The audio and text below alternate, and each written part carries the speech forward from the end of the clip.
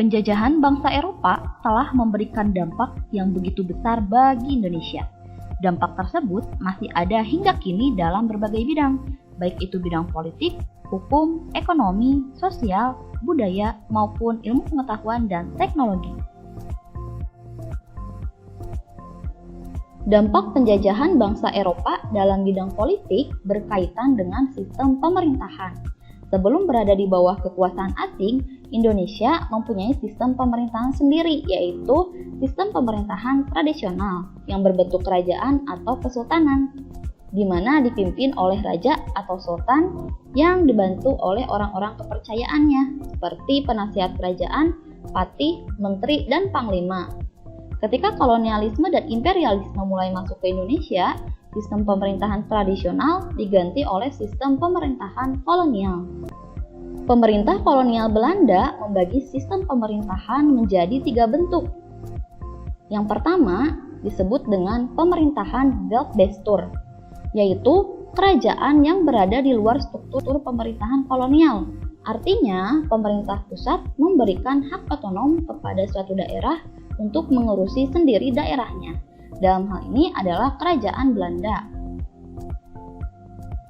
Yang kedua adalah Binnenlandbestuur, atau pemerintahan yang dipegang oleh orang Belanda, yang terdiri dari gubernur jenderal, di mana gubernur jenderal bertugas di tingkat provinsi dan dibantu oleh bawahannya seperti presiden, asisten residen, controller, dan asisten controller, di mana presiden sampai asisten controller ini bergerak di tataran kabupaten.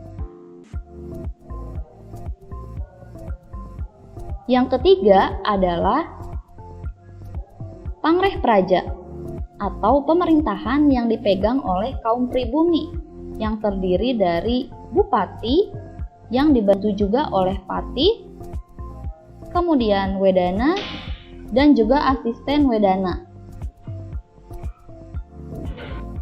Dari bupati sampai asisten wedana pun bergerak pada tingkat kabupaten, tetapi diawasi oleh Binnenlandbestuur.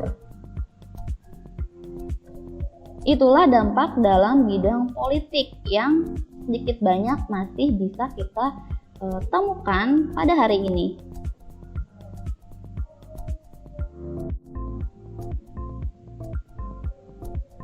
Dalam bidang hukum, sebelumnya sistem hukum Indonesia yang berdasarkan hukum adat tradisional dan tidak tertulis berangsur-angsur digantikan oleh sistem hukum barat modern. Setelah Indonesia merdeka, bahkan sampai sekarang, sistem hukum Belanda masih menjadi bagian yang diterapkan dalam sistem hukum Indonesia. Hal ini terlihat dari adanya sejumlah pasal-pasal Kitab Undang-Undang Hukum Pidana dan Kitab Undang-Undang Hukum Perdata yang masih berlaku. Selain itu, terdapat istilah-istilah hukum yang masih menggunakan kosakata bahasa Belanda, contohnya seperti onslag yang berarti lepas dari segala tuntutan hukum, dan gijzeling yang berarti penyanderaan. Dalam bidang ekonomi, penjajahan bangsa Eropa telah menyebabkan masyarakat Indonesia mengenal jenis-jenis tanaman komoditas yang laku dijual di pasaran, seperti kopi dan juga teh. Masyarakat Indonesia juga mulai mengenal sistem upah atau pemberian imbalan dalam bentuk uang sebagai pembalas jasa atau tenaga seseorang yang sebelumnya tidak diterapkan di Indonesia. Kemudian, sistem sewa tanah dan aturannya pun menjadi dikenal dan diterapkan oleh masyarakat Indonesia. Begitupun dengan ekonomi uang. Masyarakat Indonesia akhirnya mengenal adanya alat tukar berupa uang yang kemudian menggantikan sistem barter.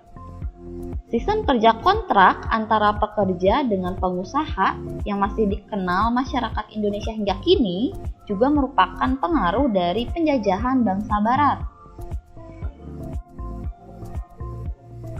Pengaruh penjajahan bangsa Barat dalam bidang sosial bisa terlihat dalam berbagai aspek, seperti stratifikasi sosial. Pada masa kolonial Barat ada penggolongan sosial berdasarkan ras, dengan golongan Eropa berada pada posisi paling atas. Golongan Eropa yang dimaksud ialah orang Belanda, Inggris, Amerika, Swiss, Belgia, dan Perancis. Status sosial mereka lebih tinggi daripada golongan yang ada. Selanjutnya adalah golongan Asia Timur asing, meliputi bangsa Tiongkok, India, dan Arab. Mereka memiliki status sosial yang lebih istimewa daripada pribumi. Yang terakhir ialah golongan pribumi, yaitu kelompok mayoritas dan merupakan penduduk asli Indonesia. Kedudukannya berada di lapisan yang paling bawah. Selanjutnya ada aspek pendidikan. Masuknya bangsa Barat ke Indonesia juga membawa pengaruh dalam bidang pendidikan. Pendidikan Barat pertama kali masuk ke Indonesia bersamaan dengan masuknya agama Kristen Katolik oleh bangsa Portugis di daerah timur Indonesia, seperti Maluku, sehingga pendirian sekolah oleh Portugis tidak lain merupakan bentuk dari pola penyebaran agama Katolik. Pada masa VOC, pendidikan pun terus berlanjut. Pendidikan yang diselenggarakan oleh VOC, selain tujuannya adalah untuk memenuhi kebutuhan tenaga kerja, juga untuk mengembangkan ajaran Kristen Protestan di Indonesia. Pendidikan mulai mengalami perkembangan terutama ketika pemerintah kolonial Belanda berkuasa dan memberlakukan politik etis. Pendidikan yang diselenggarakan oleh pemerintah Belanda memiliki beberapa ciri, seperti yang pertama dualistis diskriminatif, yaitu sekolah dibedakan untuk anak Belanda, Tionghoa, dan Bumiputra, juga dibedakan berdasarkan bahasa pengantarnya. Lalu yang kedua ada gradualis, yaitu sistem sekolah dikembangkan sangat lamban, sehingga perlu waktu yang sangat lama bagi kita untuk memiliki sistem pendidikan yang lengkap, dari tingkat dasar hingga perguruan tinggi. Ketiga ada konkordansi, yaitu kurikulum dan sistem ujian disamakan dengan sekolah negeri Belanda.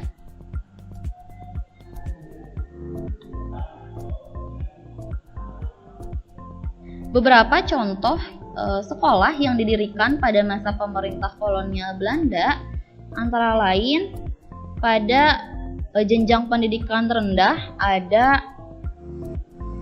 ELS, yaitu sekolah dasar bagi anak keturunan Eropa. Kemudian ada HCS, yaitu sekolah dasar bagi anak keturunan Tionghoa, dan ada juga HIS, sekolah dasar bagi Bumiputra tetapi untuk kalangan bangsawan, dan kemudian ada Volksschule, yaitu sekolah rakyat. Kalau sekarang sekolah-sekolah tersebut setingkat dengan sekolah dasar. Kemudian pada jenjang pendidikan menengah ada MULO yang setara kemudian dengan tingkat sekolah menengah pertama. Untuk jenjang pendidikan selanjutnya yaitu setelah SMP juga ada yang setingkat dengan SMA, yaitu AMS, dan juga ada HBS. Itu adalah contoh dari sekolah-sekolah yang setingkat dengan SMP dan juga SMA. Untuk jenjang pendidikan tinggi dibagi menjadi pendidikan tinggi kedokteran, pendidikan tinggi hukum, dan pendidikan tinggi teknik. Contohnya adalah Stopia, di mana merupakan sekolah kejuruan medis level dengan tingkat universitas yang menjadi cikal bakal dari berdirinya Fakultas Kedokteran Universitas Indonesia. Lalu ada juga Tennis Hogeschool atau sekolah tinggi teknik level universitas yang menjadi cikal bakal ITB atau Institut Teknologi Bandung. Pendidikan yang diselenggarakan pada masa kolonial itu telah melahirkan golongan terpelajar di Indonesia yang nantinya membawa Indonesia mencapai kemerdekaan. Selanjutnya ada aspek agama. Pengaruh yang tampak dalam aspek agama ialah munculnya masyarakat yang menganut agama Katolik dan juga Protestan. penyebaran agama Katolik berkaitan dengan kedatangan Portugis ke Indonesia yang membawa semangat 3G, terutama poin gospel, sehingga akhirnya tersebar di Kepulauan Maluku. Salah satu penyebar agama Katolik di Indonesia yang terkenal ialah Franciscus Xaverius yang datang ke Maluku. Kemudian di samping penyebaran agama Katolik, Kristen Protestan juga tersebar di Indonesia, terutama pada masa pemerintahan Raffles. Beberapa tokoh yang menyebarkannya ialah Ludwig Ingwer Nommensen.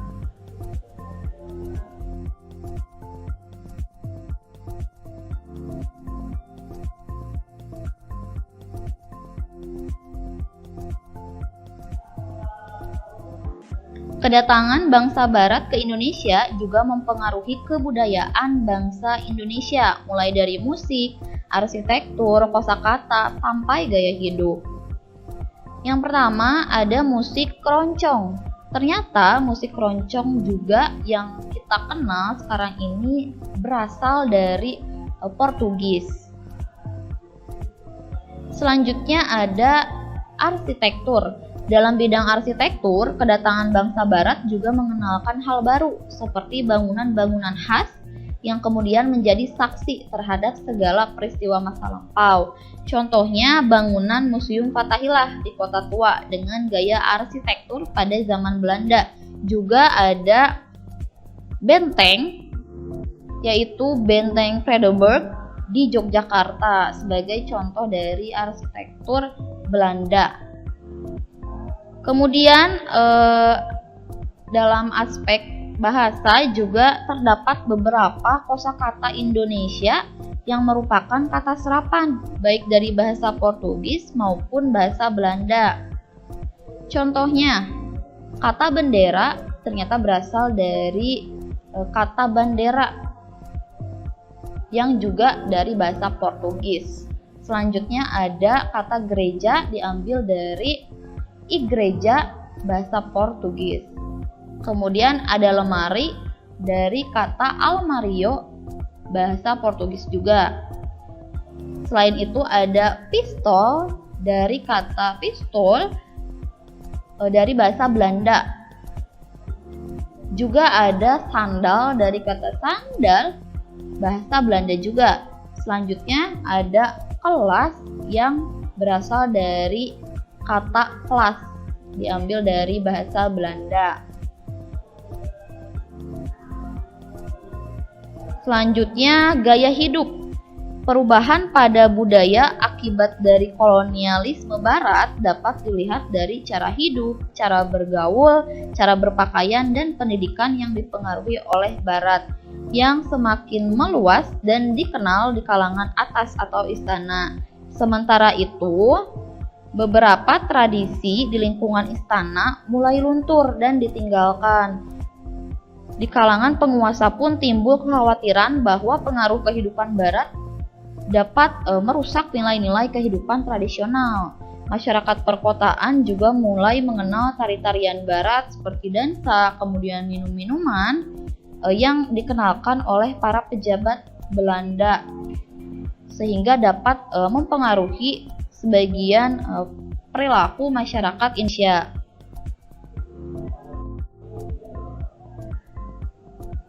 Dalam bidang iptek atau ilmu pengetahuan dan teknologi, pengaruh penjajahan bangsa Barat dapat dilihat dari beberapa hal. Yang pertama, mengenal paham liberalisme. Paham liberalisme mulai dikenal oleh masyarakat Indonesia, terutama ketika pemerintah kolonial Belanda memberlakukan kebijakan pintu terbuka. Masyarakat Indonesia setidaknya mengenal pentingnya kebebasan dan kesetaraan dalam semua bidang kehidupan.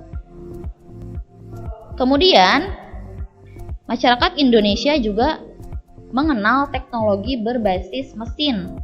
Penjajahan bangsa Barat mengenalkan teknologi berbasis mesin, baik dalam bentuk mesin pengolah hasil bumi, seperti mesin pengolah kelapa sawit menjadi minyak, kemudian teknologi transportasi yang menggantikan transportasi tradisional menjadi modern, seperti contohnya kereta api. Selanjutnya, bangsa Indonesia pun menjadi mengenal teknologi komunikasi dan informasi. Masyarakat Indonesia dapat lebih mudah berkomunikasi karena kehadiran telegraf, kemudian juga telepon, bahkan radio.